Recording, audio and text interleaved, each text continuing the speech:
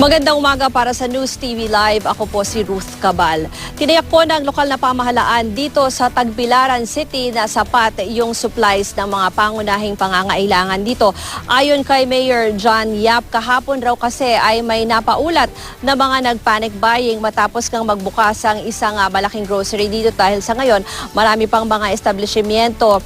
Yung sarado yung grocery na yan ay dinagsanga daw ng mga tao at may mga nag-panic buying. Pero ayon kay Mayor Yap, yung mga pangunahing supplies tulad ng bigas at mga canned goods, magtatagal pa yan ng 2 linggo yung stock nila dito. Yung gasolina naman ay mahigit 1 linggo pa raw yung stock na itatagal na nandito sa Tagbilaran City. Samantala, nandito tayo ngayon sa CPG Sports Complex at malaki na yung binaba ng bilang ng mga evacuees. Matapos kasi yung lindol noong Martes ay nasa may 4,000 yung evacuees, pero ngayon ay wala na sa 200 yung mga nananatiling evacuees dito ayon kay Mayor Yap.